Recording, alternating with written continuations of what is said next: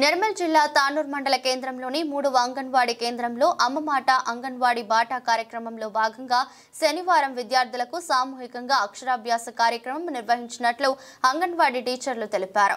ఈ సందర్భంగా మాట్లాడుతూ 2.5 సంవత్సరాలు దాటిన పిల్లలను అంగన్వాడీలో చేర్పించాలని కోరారు. చిన్నారులకు విద్యతో పాటు పౌష్టికాహారం అందజేస్తామని తెలిపారు. ప్రభుత్వం ఉచితంగా కల్పిస్తున్న ఈ సదుపాయాలను ప్రతి కుటుంబం సద్వినియోగం చేసుకోవాలన్నారు. ఈ కార్యక్రమంలో అంగన్వాడీ టీచర్లు సరస్వతి, మనీషా, సావిత్రి, వందన, వాణి, రాణి, తల్లులు, పిల్లలు, అంగన్వాడీ ఆయా తదితరులు పాల్గొన్నారు.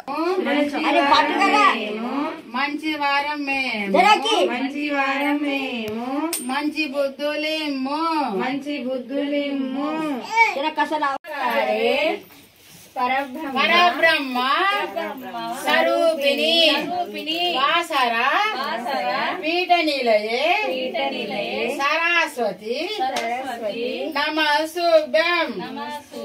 ఇంకోసారి అన్నా గను సమాకారే పరబ్రహ్మ స్వరూపిణి వాసరా పీఠ నిలయే సరస్వతి నమస్తుతే.